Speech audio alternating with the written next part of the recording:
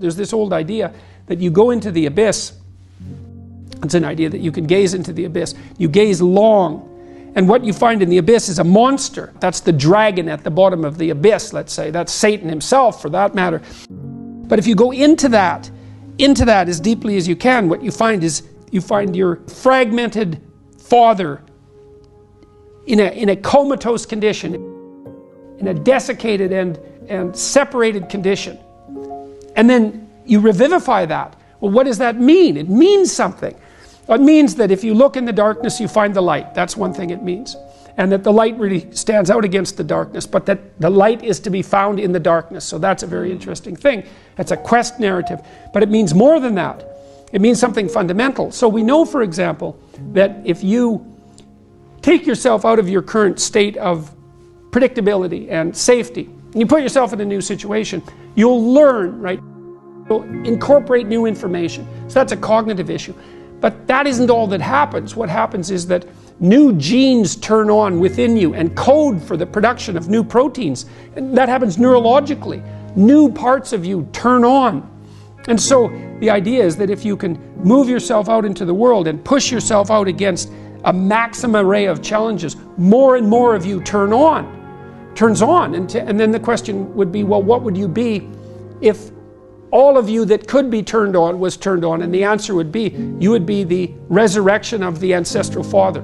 That's what you would be. And so that's why Christ says, I am the way and the truth and the life, and no one comes to the Father except through me. What that means is that if you take on the unbearable burden of being voluntarily, then that transforms you into the ancestral father. And that's true.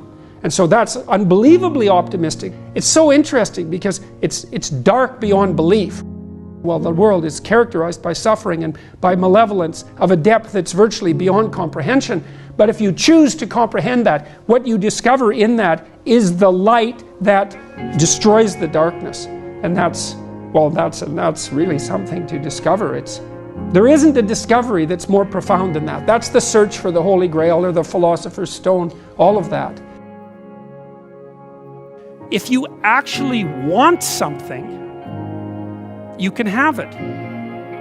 Now the question then would be, well, what do you mean by actually want? And the answer is that you reorient your life in every possible way to make the probability that that will occur as certain as possible. And that's a sacrificial idea, right? It's like, you don't get everything. Obviously. But maybe you can have what you need. And maybe all you have to do to get it is ask. But the asking isn't a whim or today's wish. It's like, you have to be deadly serious about it. You have to think, okay, like I'm taking stock of myself. And if I was going to live properly in the world and I was going to set myself up such that being would justify itself in my estimation, and I don't mean as a harsh judge, exactly what is it that I would aim at? You could try this. This is a form of prayer, knocking. Sit on your bed one day and ask yourself, what remarkably stupid things am I doing on a regular basis to absolutely screw up my life? And if you actually ask that question, but you have to want to know the answer, right? Because that's actually what asking the question means. It doesn't mean just mouthing the words. It means you have to decide that you want to know. You'll figure that's out so fast it'll make your hair curl. You're perfectly capable of thinking. God only knows how. You're perfectly capable of immense feats of imagination and dream and fantasy. God only knows how you do all of that. What would happen if you consulted yourself about the best possible outcome for you? You might get an answer. In order for us to set things right, we have to understand that we have to take on that burden of ultimate responsibility. Not only as if it's ours, which it is, but as if there isn't anything better that we could do. And you have an ethical obligation to lift the heaviest load you can possibly conceive of. And that's the primary call to adventure in life. You need a meaning in your life to forestall the suffering and to make you strong enough to resist malevolence. Where's the meaning to be found? Rights, impulsive pleasure, and happiness? No. Responsibility? Oh, who would have guessed that? It's not part of the narrative. what makes life worth living is to pick up, take its catastrophe and embrace it and carry it, and to realize through that process who you are.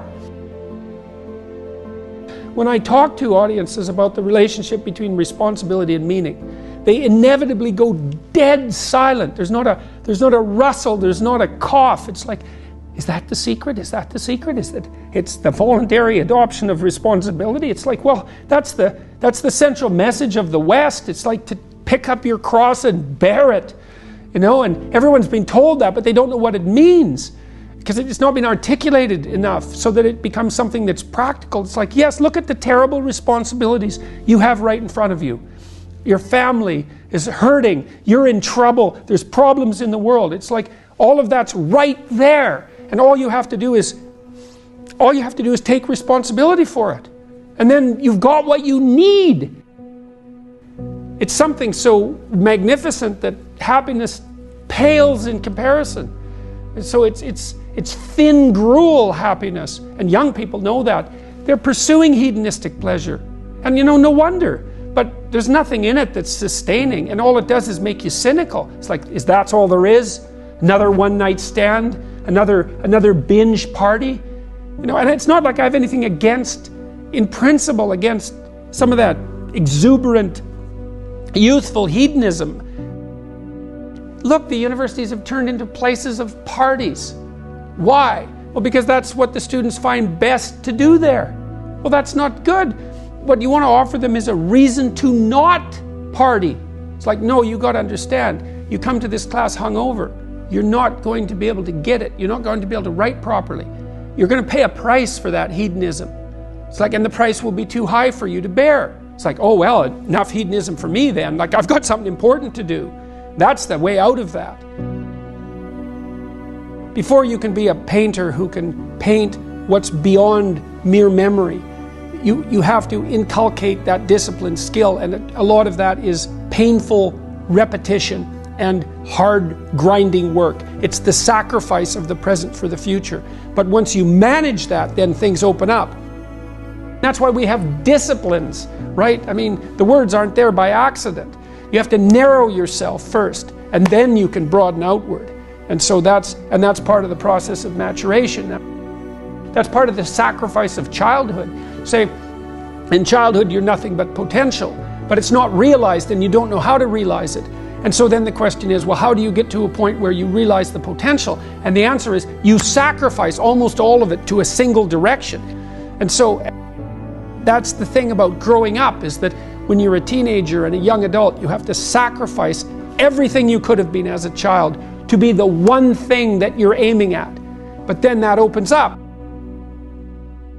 Everyone in their right mind knows that there's a million ways of doing things wrong, and one way, if you're lucky, to do things right.